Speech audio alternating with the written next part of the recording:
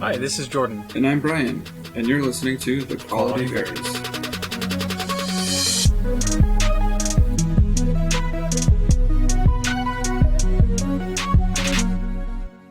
Beautiful. So it has been a small amount of time. Almost a month. How have things been going in the Bryan household? Pretty good. Pretty good. I think it's been more than a month, actually. I think it's been almost 2 months. Well, the last episode went up on March, 16th, I think. Yeah. Oh, that was March 16th. Yeah. It is no longer April. Yeah. Okay, yeah, we're pushing 2 months, bud. Yeah, I blame, I'm going to give all that accountability to other people, even though it's mostly just me having a file on my computer that I didn't want to mess with quite yet. Mm-hmm. I get that. So it's up there. I put a little. Did you listen to the episode when I sent it over? I have not. I did put a little disclaimer at the beginning. I added a little something because we had to do a couple retakes of some lines, and you did a great job, but it's very hard to make it sound similar to a previous recording. Yeah. And so you sound, pretty good in the original thing, and then all of a sudden you just sound godly because you're looking at a script and you know exactly what you're saying. Yeah, exactly. So I put a little thing in the beginning there, but I thought it was a good discussion. On my end, kind of an update on motorcycles. I listed my 2 motorcycles that I have. Finally. Yeah. And I've been able to sell the older of the 2. I had a 99 and a 2006. Nice. Both Kawasaki Vulcans. If there's some bad cuts or some coughing in this episode, it's because I almost destroyed my lungs permanently in the process of selling that bike. Would you like to take a guess on how I did this, Bryan? In selling the bikes? Yes. I have no idea. Did you, inhale gasoline or something? No, that would have been less embarrassing. I was working on them the day prior, and I left the ignition on, or I left the battery on. Mm-hmm. And so I get home just 2 or 3 minutes before this guy arrives to pick it up. Mm-hmm. And the battery is completely dead. Oof. Completely dead. And yikes. So I tried throwing it on the charger, but it didn't. It was going to take too long. Mm-hmm. And so the guy was happy with it. We already did the paperwork. He gave me the money, and he's like, "Well, let's just go push start it." Mm-hmm. And so I did this. I realized, and I choose to feel a little bit embarrassed about this, but I get very focused on projects that I have, and don't really do anything else than those projects. Mm-hmm. And for the last couple of months, I've had my gym membership frozen because I don't like working out with a mask on.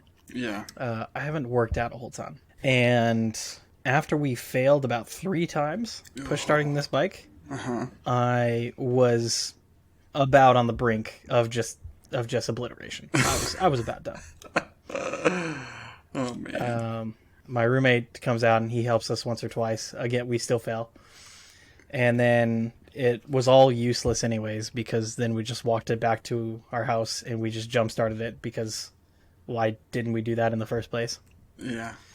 Wow. It was a bad combination because when I was push starting this bike, I was 26 hours into having had my second dose of my vaccine. Oh, nice.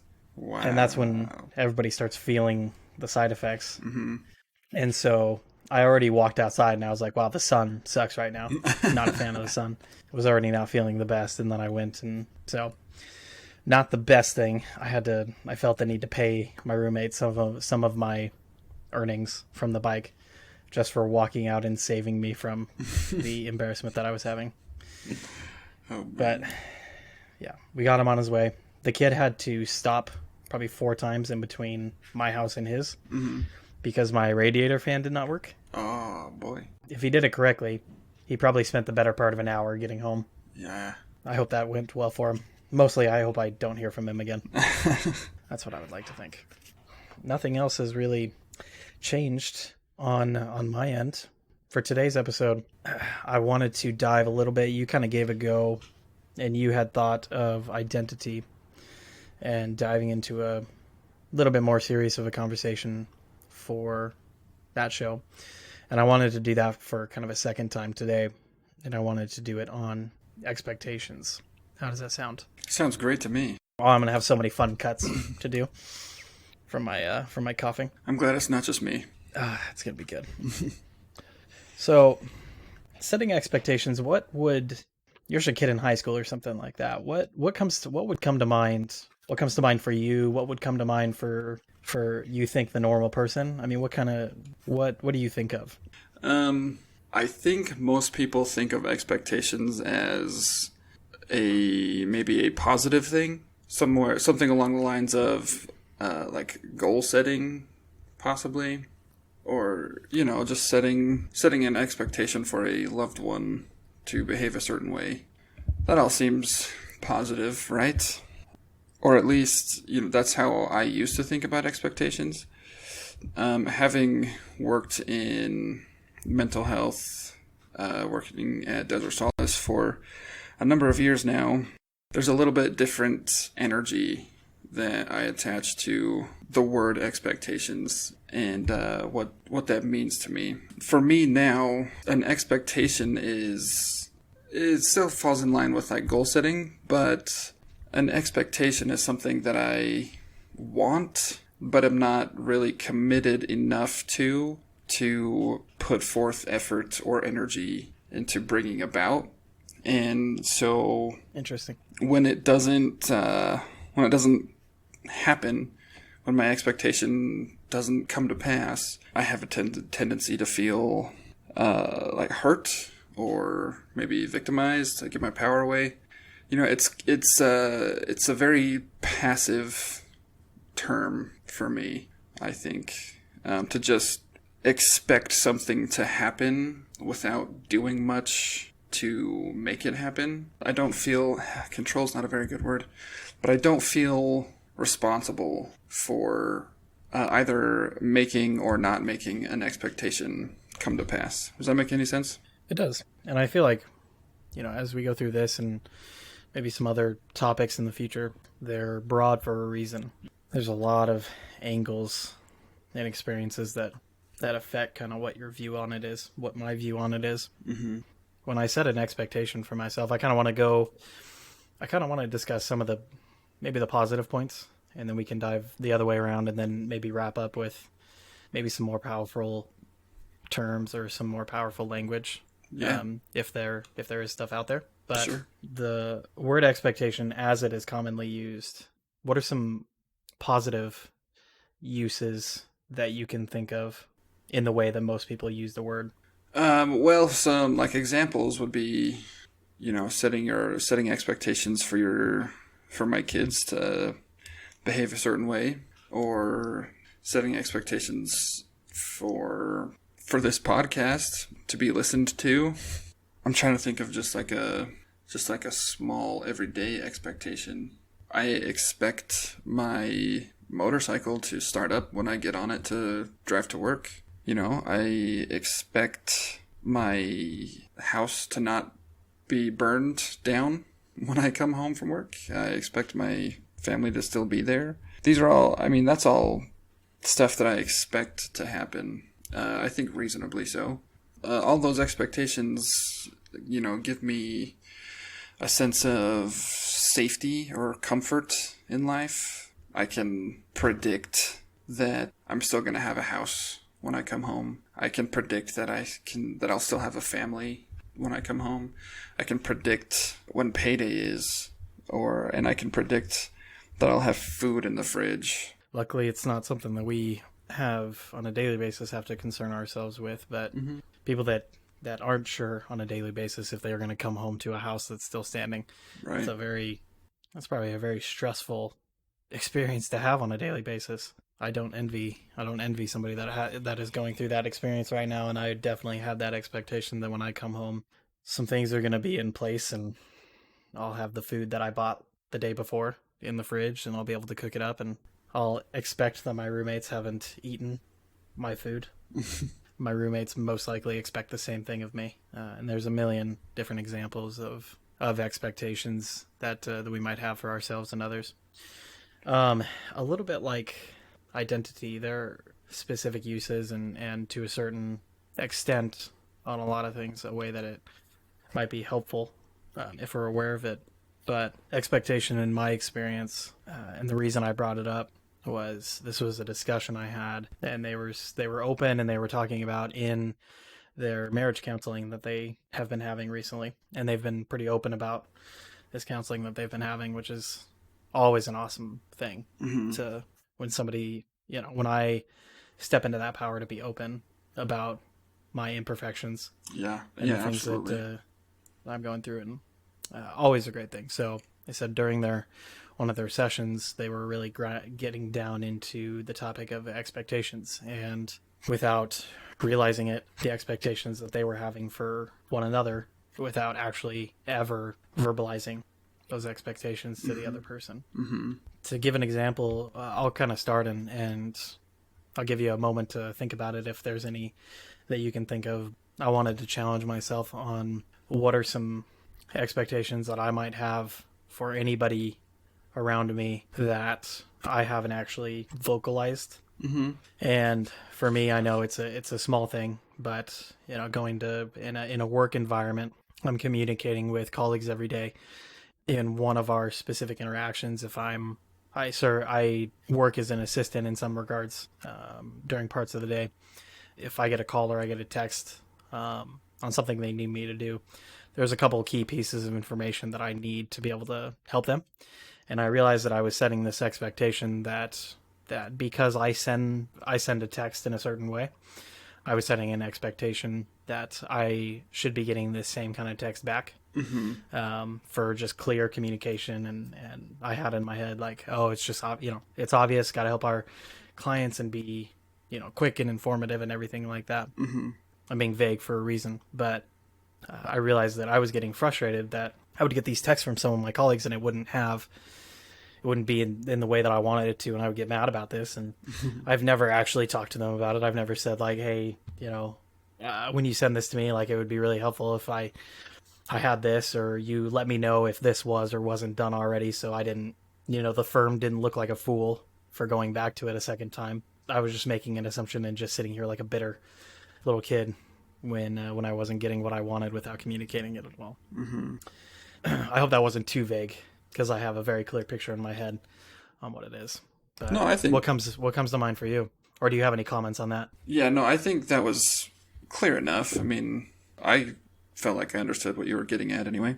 One thing I wanted to bring up with your friend who was going to marriage counseling, especially, and for you, for this situation with texting your coworkers, I heard from a wise lady by the name of Julie. Expectations are just future resentments. I think your story about the communication between your colleagues is a beautiful illustration of that. That you had an expectation of what your colleagues should do, and then they didn't do that. They didn't honor your expectation, and you got frustrated and you started holding resentments. Yeah, that's exactly what I was doing. Yeah,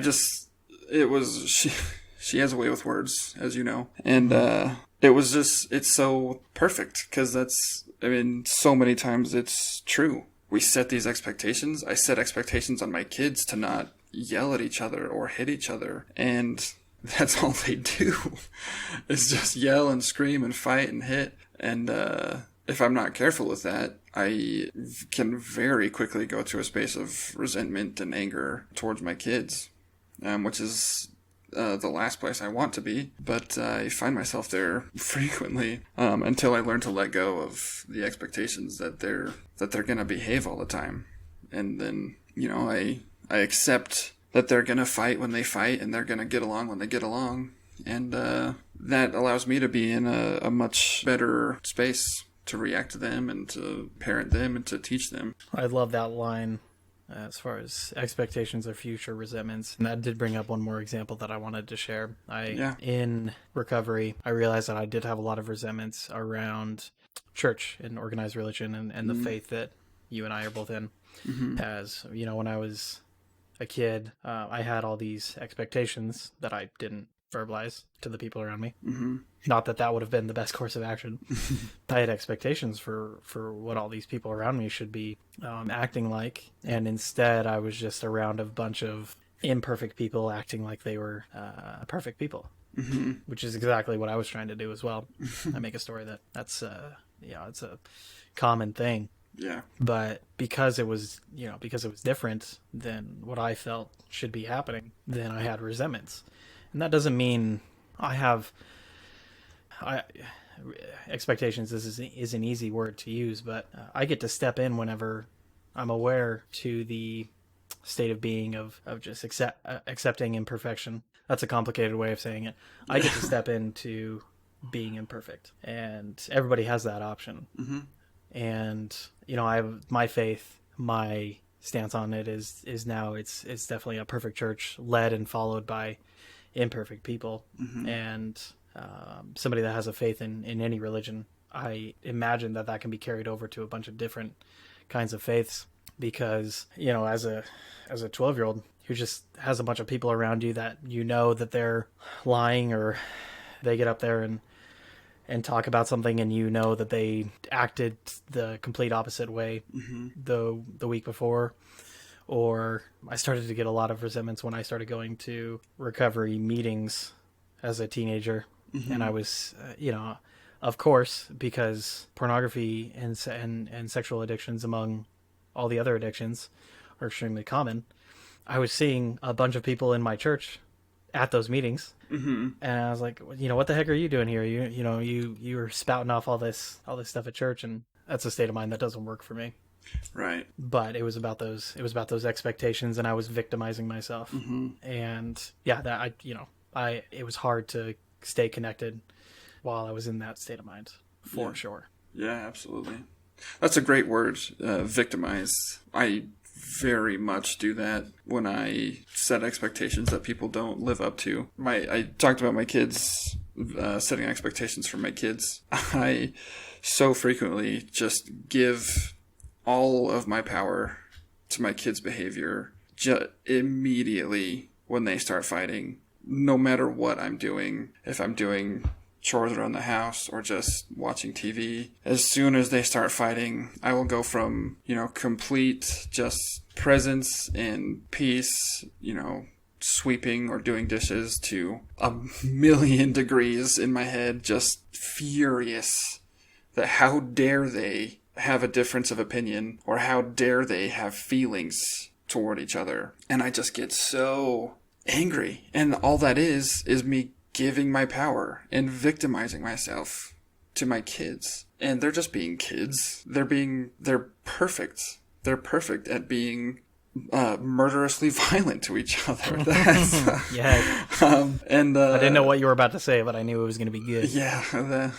I mean, and that's completely on me. That is 100% my responsibility to choose out of that anger, because that's all me. That's all my power is just out the window as soon as they start fighting. And I'm a complete victim to that until I notice it, and then I'm not. And we can talk. I feel like a couple. I feel like a couple different things happen in the scenario I'm about to present, but driving out on the road, I definitely feel like I have an expectation of the people around me. Mm-hmm. And although, a certain part of that, there's not necessarily good or bad, but there's certainly kinds of driving that doesn't work for us. Yeah. And whether I like it or not, I get in my car with the expectation of cars around me that they're going to be going for the same, things that I am. Yeah. Every seconds I'm on the road, somebody breaks that expectation, not causing, but I choose to feel angry about it.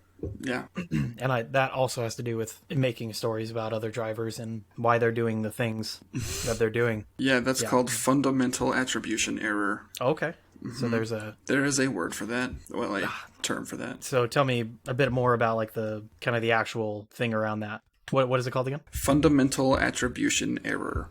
So, and road rage is the textbook example when we learn about that in school. Somebody cuts us off, And our knee-jerk response is to tell all these stories about what kind of person that is that just cut us off. Oh, he's a no-good, low-life, texting while driving, just dirtbag.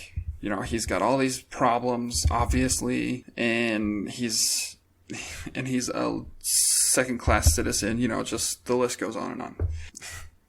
I mean, those are all the things that I say about drivers who cut me off. I don't know what kind of things you say, but just the worst kinds of things. I tell these stories about people on the road, when in reality, there's the person and there's the thing they did. And we are judging the person based on the thing they did rather than judging the thing they did. Really, it's the action that made us mad, right? The person didn't make us mad. It was the action. Yeah. Or we choose to feel angry because of the action, not because of the person. The person's fine, right? It's the action. It's the being cut off that we don't like. And so we choose to feel angry at that. But we immediately go into all the stories about how awful that person is. And that's just a way for us to feel better about it. It's a Band-Aid for the anger that we're feeling. We give our power to this person, and we just justify the giving of our power by saying that they're all these things, and somehow that makes it okay that we had such a strong emotional reaction. So that's basically the fundamental attribution error. I could see how driving situations and road rage would be a prime example for that. Mm-hmm. I think everybody's just a speed demon who they only live to get in front of me.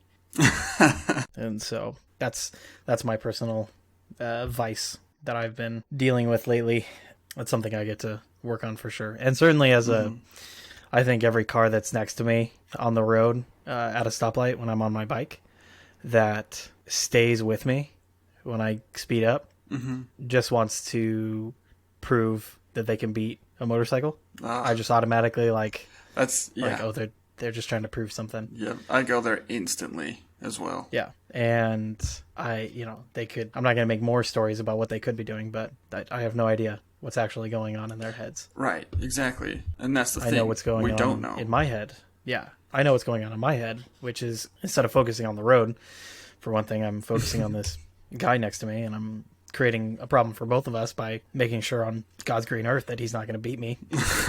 But it's hard to, I'm not on a sport bike, I'm on a cruiser. So it's not as easy as some other bikes to achieve that goal. Sure. So what are these are kind of things from other people. What are some expectations?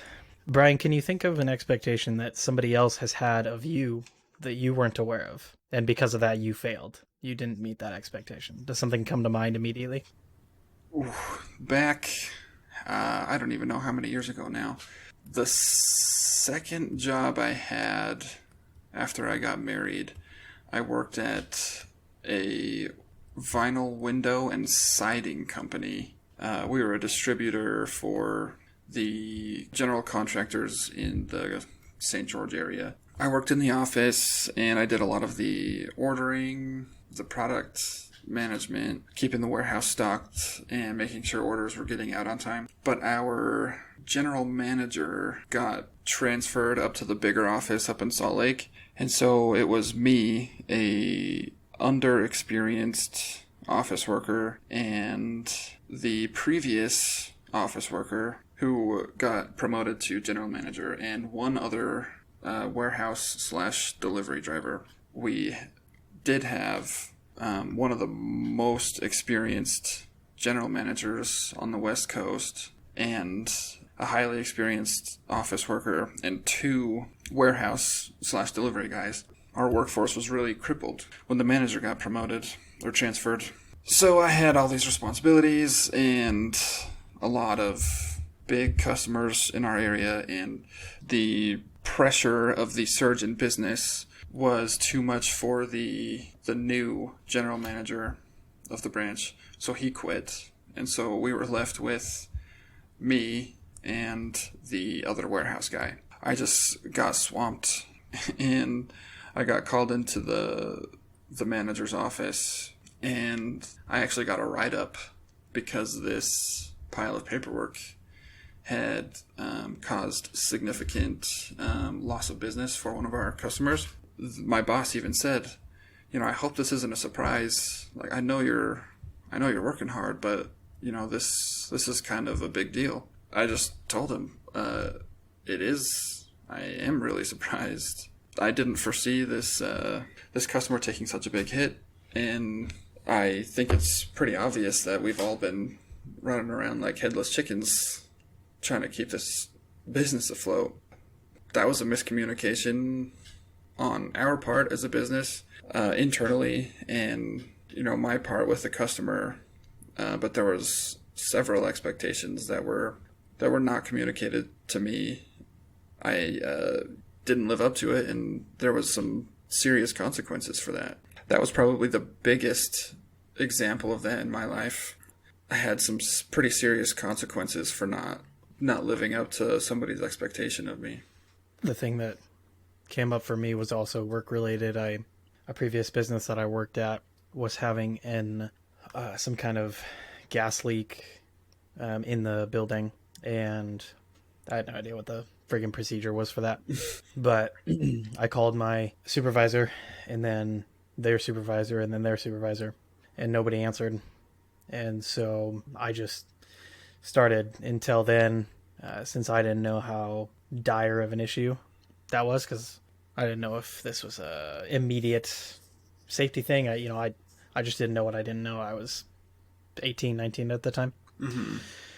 So I managed to figure out what company was servicing the gas in the area, call them, and they just told me, evacuate the building and we'll be there in probably 10 minutes or so.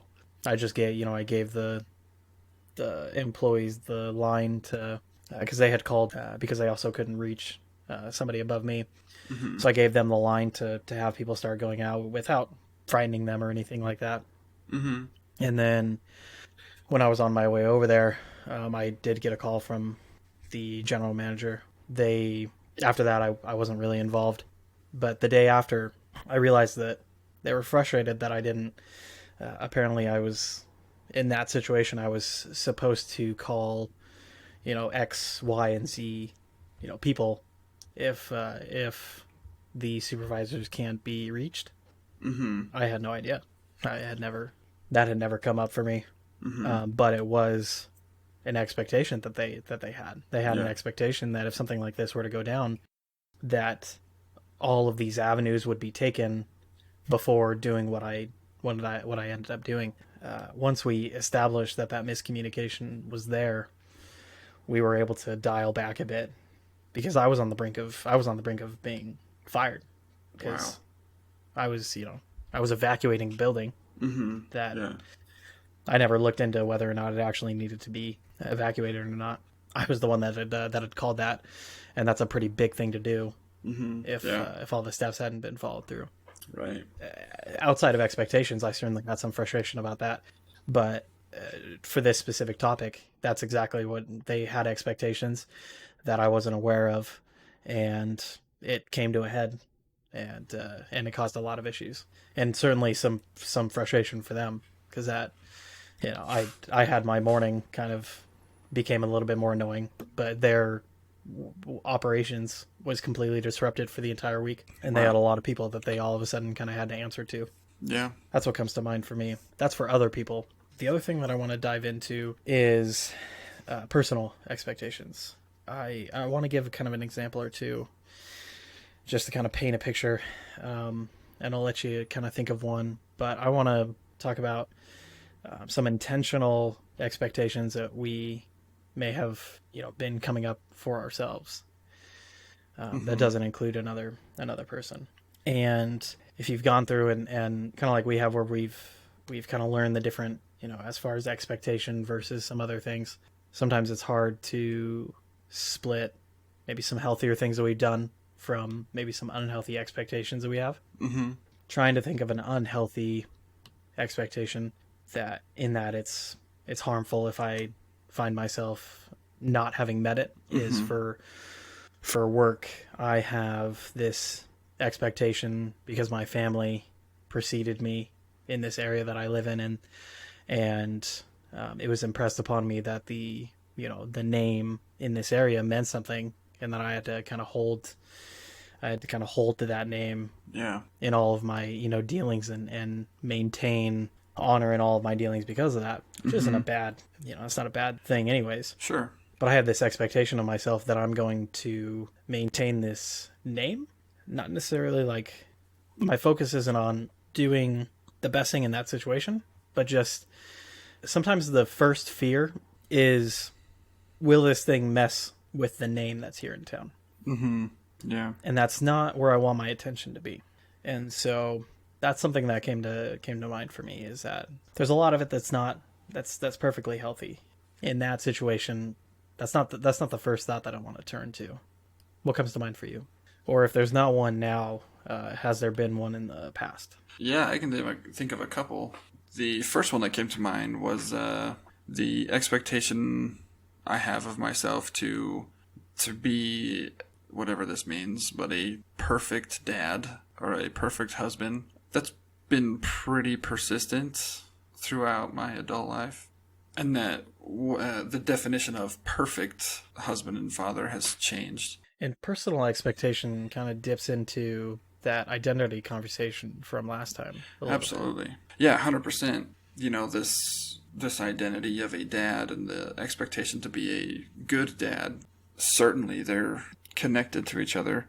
And, the definition of a good or perfect dad has changed, and I think that's kind of shifted in and out of being a healthy thing. At its healthiest, the goal is somewhere along the lines of responding with love and being present, and a little slightly less healthy expectation, I think, would be, never yelling, never losing my temper, and always responding immediately to every situation, which seems probably in the moment like a good goal or a good intention. Really, for me personally, it puts a lot of pressure on myself because I do lose my temper and I don't always respond immediately. And I don't always respond with love. Sometimes I come in hot-headed, full of anger. And so the expectation for me to be not all those things hurts a lot when I don't live up to that. And I don't accept that I just acted the way I acted. The expectation that I quote-unquote shouldn't do that or shouldn't be like that opens me up for this resentment of myself, like we talked about earlier. I have resented myself for being angry, and I never want to be angry and yell at my kids, but I get to step into a space where I accept that I did that. I take accountability for doing that, and I learn from that, and I can even talk to my kids about that and be accountable to them for losing my temper, and I can talk about it with them. So there's kind of a gradient scale with that situation. The other expectation is to provide for my family, and that's a tricky one that I've been dealing with the last year or so. When I was a full-time student, I wasn't making any money, and so that was really hard, and that's been something I've been still kind of struggling with since I graduated, that I'm not making all of the monies, right? Like right after I graduated, I've talked about on the show, I was not in a really good space.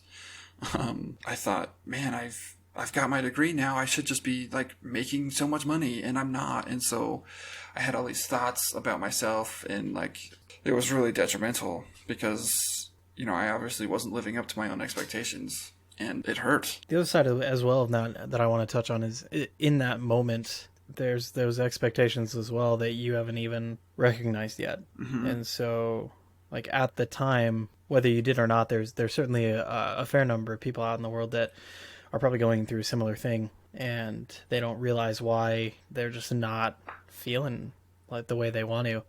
And they don't realize that they are breaking an expectation that they're making for themselves. They just haven't realized it. Yeah. Were you aware that you had this expectation of yourself, or was it something kind of on the back end that you hadn't fully acknowledged yet? I don't think I was aware of it, honestly. I was so like clouded and foggy mentally with not getting into graduate school, everything else about that situation that I wasn't really connected to myself enough to know that I was shoulding on myself. Hmm. So yeah, I think it took me removing myself from that situation in order to look back with the retrospective, perfect retrospective view that I was clearly expecting a lot of myself, probably unrealistically. I don't know. Maybe still working on that, I guess.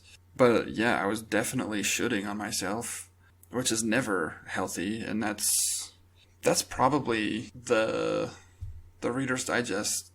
I don't want to say fix, but the quick fix or the quick notice. There you go. That's the how to quickly check in with yourself. Am I shooting on myself right now? Yeah. Because I think that can help clarify the line between an expectation or an intention, which I think is I guess, positive or the more helpful term to use as far as in regards to goal setting. You said kind of at the beginning, you used the word passive with expectation. What would you relate intention to then? Intention is a more active word for me, for sure. For example, I expected myself to have a great job after I graduated college, but I did nothing to get a better job. That was a very passive expectation.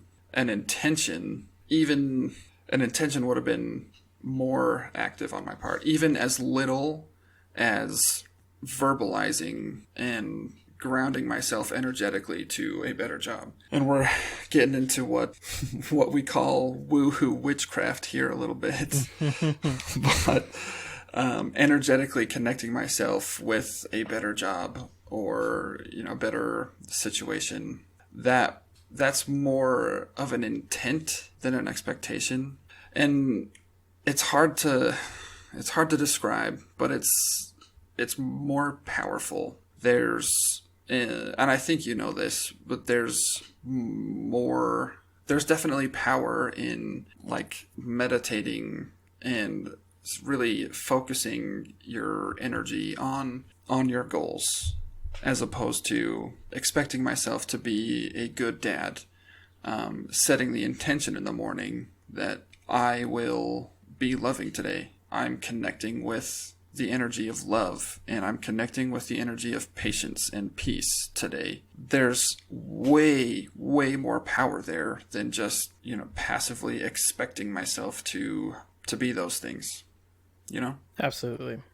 I think of so New Year's resolutions. Great example. New Year's resolutions might be even lower than expectations. They might be the most passive thing on the planet.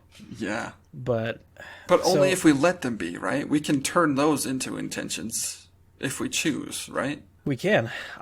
So the big thing in my personal life and that I see, I'm around more people these days that are intentional and nailed down into specifics of what they want than I ever have been. And in the past, how I've seen New Year's resolutions in the past, or how I've seen people go after things in the past, were in this passive way or in this mindset of expectations.